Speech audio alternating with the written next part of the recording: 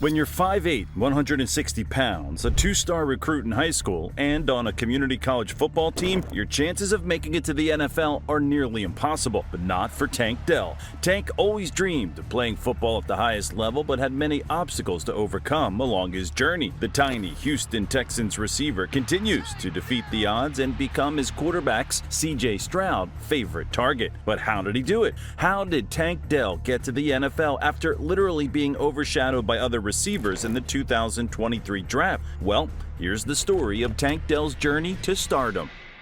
His story began in Daytona Beach, Florida, where he attended Mainland High School. Tank comes from a family that keeps things low-key. His mother, Portia, kept Tank off the streets. She put her son in football and baseball at a young age. His father, Nathaniel Sr., is involved in Tank's life, but he lives in and out of prison. Tank knows what it is to go without a parent, especially a father. But whenever Nathaniel Sr. was out of jail, he encouraged his son to pursue football so that he could make it out and have a better life. When Tank was in high school, he was listed at 5 feet 10 inches, a generous height, rather exaggerated, but he played like it for Mainland. In 2017, during his senior year, Dell earned all-area second-team honors, but he remained a two-star recruit. He had originally committed to Florida International University to play college football, but he had to pivot to an HBCU instead and attend Alabama A&M University. "I felt like FIU gave up on me, like they really didn't want me," Dell said. "Towards the end of the season, they stopped calling and texting me, didn't give me any attention or nothing. It kind of hurt me. That was my first big offer, and the school I wanted to go to because it was the school that I felt believed in me first." Instead of being a victim, Tank chose to press on. After 1 year at Alabama A&M, in which he had 12 receptions for 364 yards and 3 touchdowns, he transferred to Independence Community College, a program featured on the popular Netflix series Last Chance U. Independence is known for fielding teams of high-end recruits who can't make grades, as well as bounce-back athletes who leave or are kicked out of top Division I schools. When Tank arrived at Independence, he said he was a nobody and initially struggled to gain the attention of the Pirates coaching staff. Prior to spring ball, Tank said he lifted weights and worked with a B group of players, those who were in danger of being cut from the team. This is a humiliating situation for most athletes as they go from being the star of their high school team to becoming the guy at the bottom of the depth chart. Tank went on to say, "It definitely humbled me and made me more hungry to get out of there and go get it. It showed me who was going to be there for me when I wasn't at the top or at a good place. I never thought about quitting, even if I was getting yelled at. Where I'm from, we're used to getting out the mud. Once we put on pads and got out for field work and they could see how skilled I am and how I could make plays, I knew I'd be good."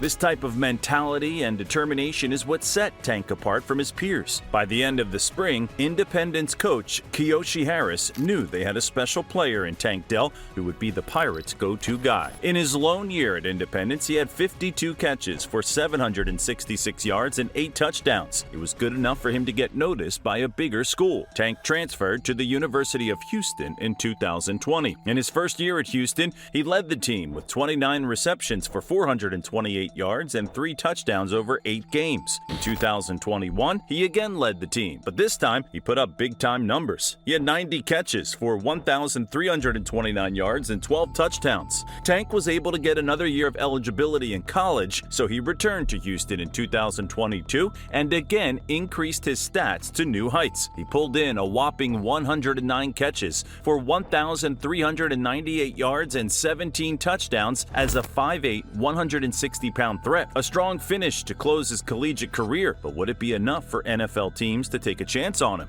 In the 2023 NFL Combine, Tank measured in and ran a high 4.4 40-yard dash. It's not a helpful time for someone already small in stature, but Tank would have to rely on his college tape, unbreakable determination, and the help of a friend to achieve his dream. At the Combine, Tank met a quarterback prospect from Ohio State by the name of Stroud. The two connected and formed a bond beyond football. It's a friendship that benefited both of them greatly, but they didn't know it at the time. Stroud was a projected first-round pick, and it didn't take long for his name to be called on draft day. The Houston Texans selected selected Stroud with the second overall pick in the draft to be their franchise quarterback. Tank Dell said the two spoke after C.J. Stroud was selected, and he told Stroud, "Tell him to come get me." Stroud responded, "I got you. Trust me." Stroud quickly made a request to the general manager and head coach. He asked to draft a specific player, and they did just that. The Houston Texans traded up to the number 69 pick in the 2023 NFL Draft to select Tank Dell, wide receiver out of the University of Houston. It happened. Tank Dell was drafted. He reached his dream of getting to play in the NFL, a two-star recruit turned JUCO player, to transferring up and getting to play at D1 school, to now catching passes from his new quarterback, number 7. But he and CJ made a commitment to each other. They did not want to be just average rookies. They wanted to dominate. They wanted to lead their team to compete for Super Bowls. It took little time for the Stroud and Dell connection to be put on display.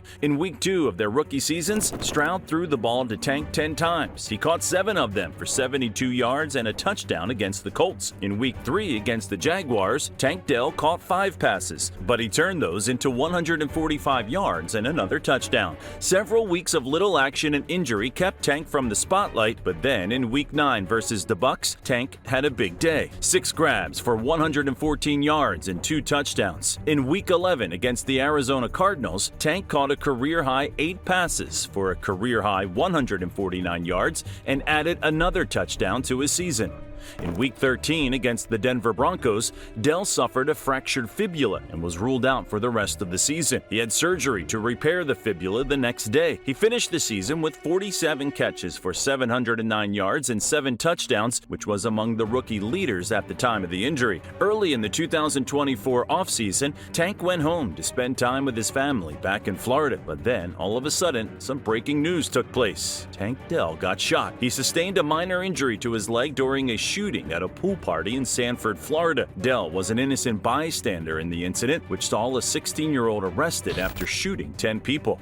Texans owner Cal McNair said shortly after the shooting that Dell would make a full recovery. Within a few weeks, Tank was already back to working out, training, and running routes, looking a lot like the player he did during his breakout rookie season. Dell spoke about the incident during an appearance on the $1 Million Worth of Game podcast. With Tank fully recovered, what do you think his numbers will look like? Drop your predictions in the comments. The Texans are overloaded at the receiver position. An abundance of talent is in that room. Nico Collins stands above them all in size. He's proven to be a legitimate number 1 receiver and got paid handsomely for it. Stephon Diggs has always been a number 1 receiver wherever he's been, from when he played in Minnesota to the time he played in Buffalo. The new addition will add just another threat to an offense that strikes fear to the souls of defensive coordinators around the league. Joe Mixon can catch passes out of the backfield too. And don't sleep on John Mechie. He's been a target for NFL teams trying to trade for him. But within that group of weapons, Tank Dell is the quickest and most determined of them all. He's a threat as a receiver and also as a ball carrier. Offensive coordinator Bobby Slowick uses him like Kyle Shanahan uses Deebo Samuel.